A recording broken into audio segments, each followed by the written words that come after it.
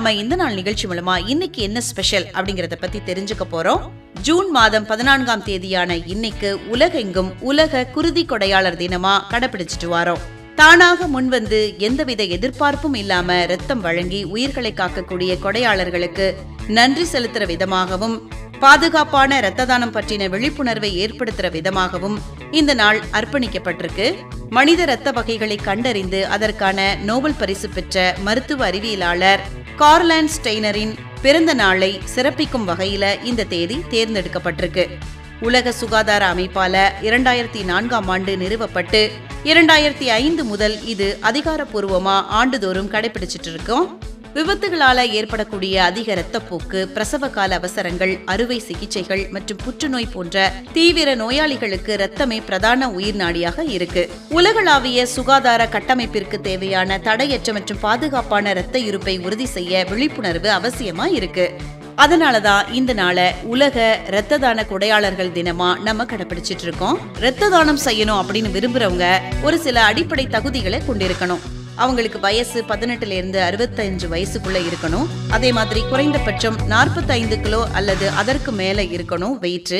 ரத்தத்துல ஹீமோகுளோபின் அளவு குறைந்தபட்சம் 12.5 கிராமா இருக்கணும்.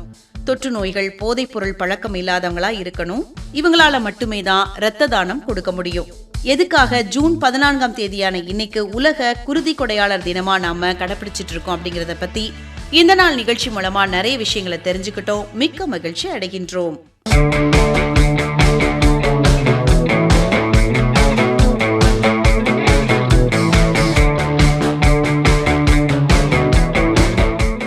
இப்ப நாம இந்த நாள் நிகழ்ச்சி மூலமா யார பத்தி தெரிஞ்சுக்க போறோம் அப்படின்னா, தமிழ் திரைப்பட உலகத்துல மாபெரும் பழம்பெரும் குணசித்திர மற்றும் நகைச்சுவை நடிகரான காக்கா ராதாகிருஷ்ணன் அவங்கள பத்தி தான் தெரிஞ்சுக்க போறோம். காக்கா ராதாகிருஷ்ணனோட இயற்பெயர் டி.வி. ராதாகிருஷ்ணன். இவங்க 1925ஆம் ஆண்டு பிறந்திருக்கிறாங்க. 2012ஆம் ஆண்டு ஜூன் மாதம் 14ஆம் தேதி இயற்கை எழுதியிருக்கிறாங்க.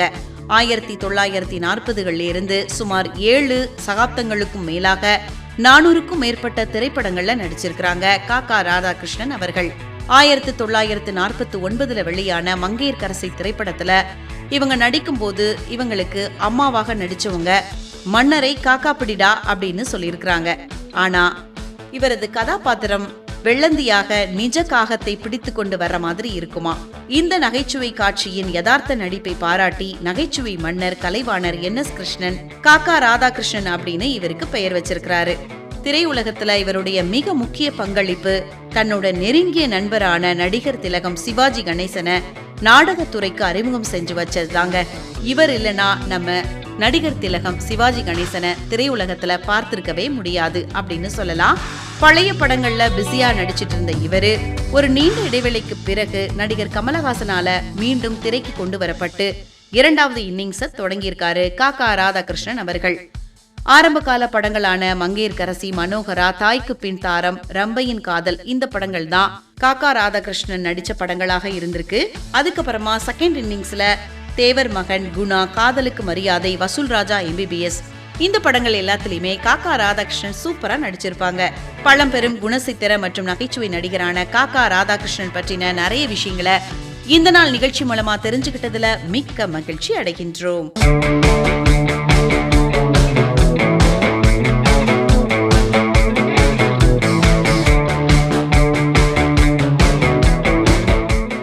இப்ப நாம இந்த நாள் நிகழ்ச்சி மூலமா யாருக்கு பிறந்த நாள் வாழ்த்துக்கள் சொல்ல போறோம் அப்படின்னா, 1980களில் கதாநாயகியாக அறிமுகமாகி அதுக்கப்புறமா குணசித்திர வேடங்கள்லயும் நடன கலைஞராகவும் புகழ்பெற்ற ஒரு பிரபல தென்னிந்திய திரைப்பட மற்றும் சின்னத்திரை நடிகையான குயிலி இவங்களை பத்தி தான் தெரிஞ்சுக்க போறோம். நடிகை குயிலிக்கு இன்னைக்கு பிறந்த நாள். அவங்களுக்கு இந்த நாள் நிகழ்ச்சி மூலமா பிறந்த நாள் வாழ்த்துக்களை சொல்லிக்கலாம்.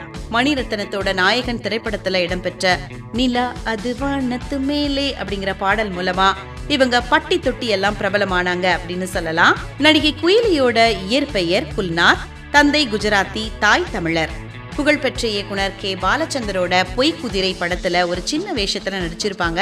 அதுக்கப்புறமா இவங்களோட நடன திறமையை பார்த்து அமீர்ஜான் இயக்கிய பூவிலங்கு திரைப்படத்துல கே. பாலச்சந்தர் கதாநாயகியாக அறிமுகம் செஞ்சு குயிலி அப்படிங்கிற பெயரையும் வச்சிருக்கிறாங்க. இவங்க நடிச்ச முக்கிய திரைப்படங்கள் அப்படின்னு பார்த்தோம்னா தமிழ், மலையாளம், கன்னடம் மற்றும் தெலுங்கு அப்படின்னு பல மொழிகள்ல 50க்கும் மேற்பட்ட படங்கள்ல நடிச்சிருக்காங்க நடிகை குயிலி அவர்கள். பூவிலங்கு, கல்யாண அகதிகள், டிசம்பர் பூக்கள் இந்த படங்கள்ல எல்லாம் நடிகை குயிலி நடிச்சிருக்காங்க. இவங்க டான்ஸ் மூலமா நிறைய படங்கள்ல ஃபேமஸ் ஆயிருக்கிறாங்க.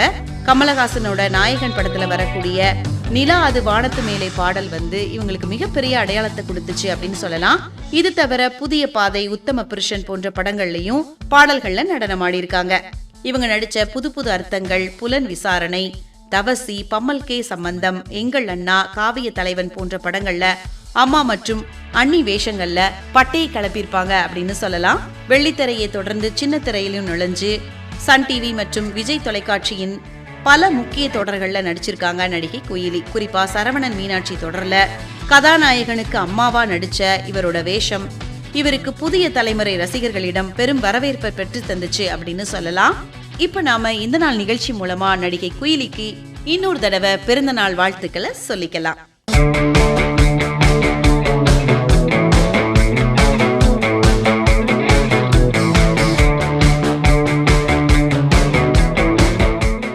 இப்ப நாம இந்த நாள் நிகழ்ச்சி மூலமா யாருக்கு பிறந்தநாள் வாழ்த்துக்கள் சொல்ல போறோம்? நடிகை பிந்து மாதவி அவர்களுக்கு தான். தமிழ் மற்றும் தெலுங்கு திரையுலகத்துல முன்னணி நடிகையாகவும் பிரபல வடிவழகியாகவும் வலம் வந்த ஒரு தென்னிந்திய நட்சத்திரமான பிந்து மாதவி 1986 ஜூன் மாதம் 14ஆம் தேதி பிறந்திருக்காங்க.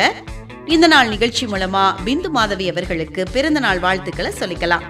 2026 தெலுங்குல OTT தளத்துல நடத்தப்பட்ட பிக் பாஸ் நான் ஸ்டாப் முதலாவது சீசன்ல டைட்டில் வின்னரா வெற்றி பெற்று பிக் பாஸ் வரலாற்றிலேயே முதல் பெண் வெற்றியாளரா பெருமை பெற்றிருக்கிறாங்க.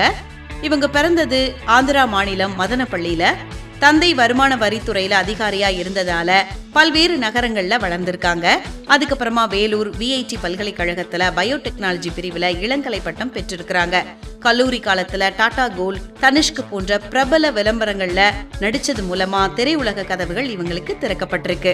2008 பொக்கிஷம் படத்தின் மூலமா தமிழ்ல அறிமுகமானாலும் இவருக்கு பெரும் திருப்பு முனையா அமைஞ்ச படங்கள் அப்படின்னு பார்த்தோம்னா 2012 வெளிவந்த கழுகு திரைப்படம், 2013 வெளிவந்த கேடி பில்லா கில்லாடி ரங்கா திரைப்படம், அதுக்கப்புறமா வெப்பம், தேசிங்க ராஜா, வருத்தப்படாத வாலிபர் சங்கம், தமிழுக்கு என் ஒன்றை அழுத்தவும் மற்றும் பசங்கட்டு இந்த திரைப்படங்களும் இவங்களுக்கு புகழை வாங்கி தந்தது அப்படின்னு சொல்லலாம். விஜய் தொலைக்காட்சியோட பிக் பாஸ் தமிழ் முதல் சீசன்ல 35வது நாள்ல வைல்டு கார்டு என்ட்ரியை கொடுத்து இறுதி போட்டி வர முன்னேறி இருக்கிறாங்க நடிகை பிந்து மாதவி அவர்கள். இவங்களோட யதார்த்தமான குணம் தமிழ் மக்களிடையே இவருக்கு பிந்து அப்படிங்கிற செல்ல பெயரை பெற்று தந்துச்சு அப்படின்னு சொல்லலாம். வெள்ளித்திரை மற்றும் OTT வெப் தொடர்கள்ல தொடர்ந்து கவனம் செலுத்தி வராங்க பிந்து மாதவி அவர்கள். நடிகை பிந்து மாதவி இன்னும் நிறைய ஹிட் படங்கள் நமக்காக தரணும் சொல்லி இந்த நாள் நிகழ்ச்சி மூலமா அவங்களுக்கு ஸ்பெஷலான வாழ்த்துக்களை சொல்லிக்கலாம்.